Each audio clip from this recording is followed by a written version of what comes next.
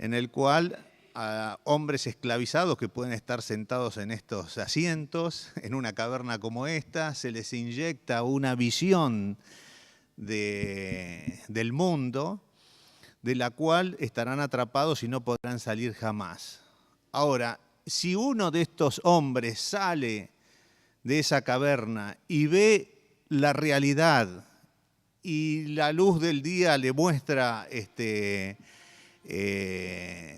una realidad distinta y ve que con eso puede terminar con la esclavitud de sus viejos compañeros de caverna, este hombre intentará regresar a la caverna y comentarle a sus viejos compañeros de esclavitud cuál es el camino.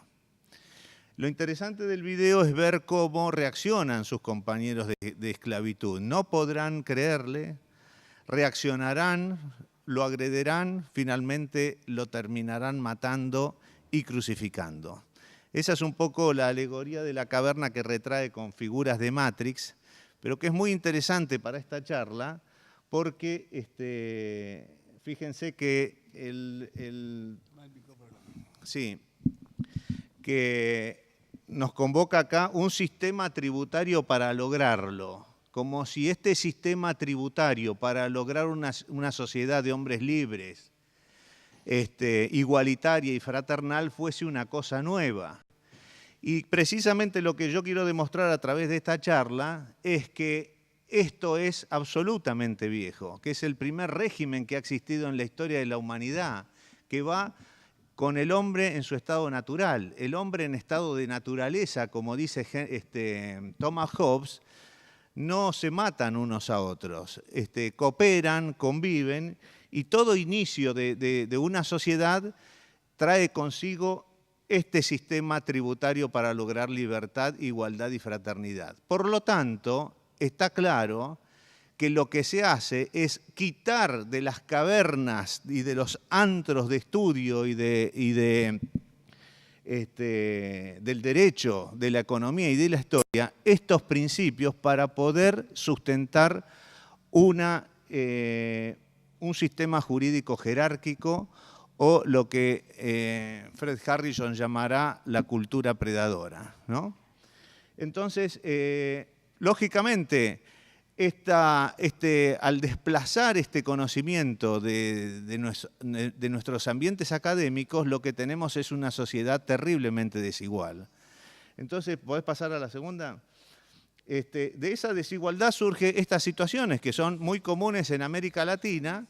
Eso, por ejemplo, es el barrio Morumbí en San Pablo. Pero si fuésemos a ver Río de Janeiro, ese país fantástico que es Río de Janeiro, realmente el paraíso en la tierra, vamos a ver una línea costera con edificios como esos, lleno de edificios, una belleza realmente, pero detrás de los morros, 900 favelas tendrán 50 kilómetros de diámetro. Ese es el grado de desigualdad y de conflicto que vive Brasil hoy, pero es el mismo que vivimos en la Argentina. Yo vivo acá en La Plata y para venir para acá tengo que ir pasando un country, una villa, un country, una villa, un country, una villa, interminables hasta llegar a Buenos Aires.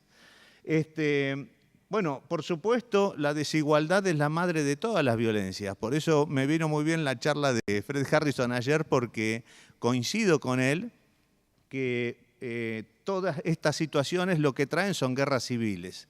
Y la guerra civil, la única forma de parar una guerra civil es a través de una guerra entre naciones. Por eso está tan cerca esa posibilidad de una tercera guerra mundial. La única forma que tienen los estados de parar la guerra civil, es decir, la autodestrucción, es tratar de enfrentar a un país vecino. Por favor, la siguiente. El resultado no puede ser otro. Ustedes dirán, bueno, ahí están las consecuencias. ¿Eso qué es? ¿Eso es San Pablo? Y puede ser. ¿O es Río de Janeiro? Y también puede ser. Pero quizás sea Los Ángeles, como pasó hace un par de años. Quizás sean las afueras de París. Pero sin embargo, esas fotos son de hace un par de meses en Londres.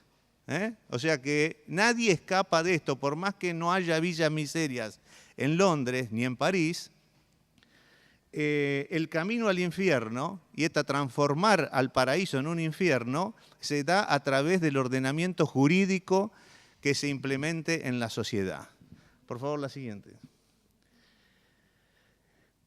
Fíjense que en el 400 ya San Agustín decía, la historia es esencialmente hablando la lucha constante entre dos ciudades, dos sistemas jurídicos. Una que conduce a la ciudad de Dios, es decir, a ese ordenamiento social que genera libertad, igualdad y fraternidad, y la otra es a la civita diabolo, que es esta sociedad que exactamente cunde la esclavitud, la desigualdad y la guerra civil, ¿no? Por favor, la siguiente.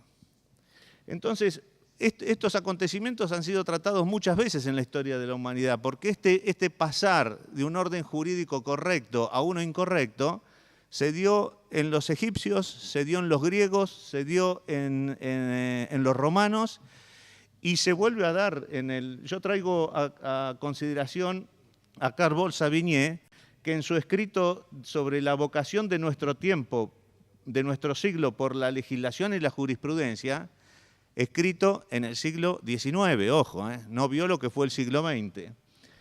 Y puse la fecha más o menos para que veamos que en 1850 pasaron muchas cosas. Y él dice entonces, en ese escrito, la próxima, dice, un código, quiero aclarar que la palabra código, genético y evolución son tres palabras que nacen de las ciencias morales. Son precisamente recogidas por Darwin para explicar los procesos biológicos y lamentablemente Darwin no solo las toma de los moralistas escoceses, sino que las secuestra, se las arranca y se las lleva, parece que para siempre, a estas palabras. Pero fíjense lo que era un código para los moralistas escoceses. Dice, un código no debe contener sino los principios de donde emanan las decisiones de las especialidades, porque la ciencia del derecho como la geometría subsiste sobre principios fundantes y fecundantes. Es claro que si Carl Savigny hubiese, en vez de decir esto en el año 1850, lo hubiese dicho en 1950, el hombre hubiese dicho, porque la ciencia del derecho, como la ciencia biológica, parte de principios generadores de genes que generan toda una evolución de distintos subsistemas, culturales, económicos. Y fíjense que ustedes que esto fue claramente desarrollado, profundamente desarrollado por la biología, ya que nosotros tenemos en cada uno de nuestros millones de células en todas el mismo cromosoma. El mismo cromosoma que se replica en cada una de nuestras células, pero cada una de nuestras células va a tener funciones totalmente distintas. Por eso ese principio fundante y fecundante que generará distintos órdenes en nuestro cuerpo, en toda la biología, pero que tenía la misma función en el orden jurídico. Así que, por favor, la siguiente. Quien interpreta esto de forma fantástica es nuestro Juan Bautista Alberdi, que dice que la Declaración de Derechos, ustedes fíjense que en la Constitución argentina, sí. Una aclaración que Juan Bautista Alberdi es el autor de la Constitución. Sí. En la Constitución argentina, Juan Bautista Alberdi pone esos 6 genes en la Declaración de Derechos. En la Declaración de Derechos, en el artículo 14 al 20, él guarda esos genes del cual van a evolucionar todos los órdenes económicos, políticos, sociales, culturales. Entonces dice, y esto es muy importante, dice, la Declaración de Derechos debe ser una fortaleza inexpugnable por todos sus lados. Fíjense que está pidiendo para la Declaración de Derechos lo mismo que hace la célula con los cromosomas. Tiene un núcleo y una membrana nuclear que los protege a toda costa de cualquier alteración. Esto es lo que estaba pidiendo Juan Bautista Alberdi para la Declaración de Derechos. Para evitar, dice, que unos hombres, en nombre del Estado, puedan atacar a otros hombres. O sea, si Y entonces él dice, he puesto en el artículo 14, en el derecho a trabajar y usar y disponer de su propiedad, o sea, del fruto de su trabajo, un cerrojo de hierro a los avances del socialismo. Esto también lo dice así porque él vivió, esto lo escribió más o menos en torno a 1850. Pero si hubiese vivido unos años más, hubiese dicho de los avances del socialismo y del capitalismo, que iba a necesitar romper esa libre disposición del fruto de su trabajo para castigar la libertad y cercenar la libertad del hombre a través de los impuestos. Entonces, y esto es muy importante, después dice, pido a la política del futuro mantener inalterable este ADN de la civilización para la continuidad de la paz y el progreso. Bueno, por favor, ¿podés mandarla para atrás? Bueno, para que esto biológicamente funcione, debe estar integrado con el artículo 28, que es el principio de no contradicción, por lo cual cada ley que se sancione debe hacer como hace el ADN, replicarse sobre ese ADN genético, sobre esos 6 artículos, para que ninguna ley que se redacte pueda contradecir esos principios de orden. Esa función finalmente sería controlada a través del control judicial de constitucionalidad. Por supuesto, y ahora sí podemos avanzar. Dice Juan Bautista Alberdi, mire qué interesante, dice, el derecho tomó entonces para mí un atractivo igual a los fenómenos más picantes de la naturaleza. Él estaba viendo que había una semejanza entre el derecho natural y que aquello que había estudiado en los códigos lo alejaban de ese fenómeno, ¿no? Entonces, y que todo debía ser motivo de investigación, de proponer y de avanzar con el mismo método científico que usan las ciencias biológicas hoy. Claro, él no vio el desarrollo del método científico de las ciencias biológicas, y es cierto que las ciencias sociales han tratado de imitarlo, pero realmente el resultado ha sido extraordinariamente escaso, por no decir nulo. La próxima, por favor. Bueno, como contrapartida a esto y lo que él ya está viendo, seguramente que a raíz de la redacción del Código Civil francés, el Código Napoleónico, y dice, los códigos se han transformado en una especie de programa legal de gobierno, por el cual el Estado deroga todo lo que no está en él. Es decir, pasamos de la situación anterior del imperio del derecho, que regulaba las acciones de unos hombres para que en nombre del Estado no puedan atacar a otros hombres, el imperio del derecho, el derecho estaba por sobre los gobernantes, a esta situación que genera el imperio de la ley, que es que aquellas decisiones que se les ocurra al gobernante deben ser respetadas y el derecho se va a construir desde ahí. Ahora, por supuesto que después del imperio del derecho vamos al Estado del derecho, que el derecho es cualquier cosa, es lo que diga el gobernante de turno, lo que se le ocurra.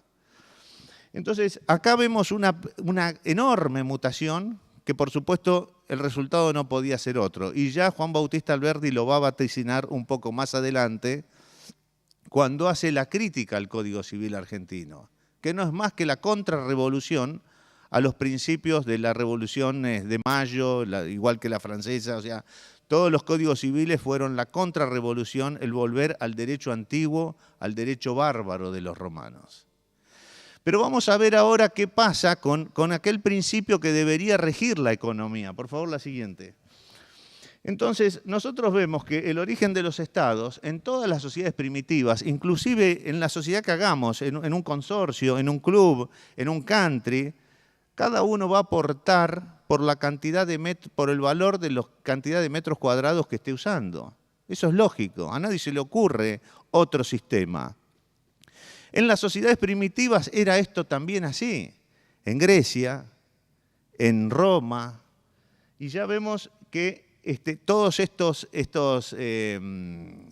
principios de orden económico fueron mutando por la conveniencia seguramente. Entonces vamos a poner el ejemplo, por ejemplo, en Grecia Después del buen gobierno, decía Platón, que es el buen gobierno, es el de los patriotas.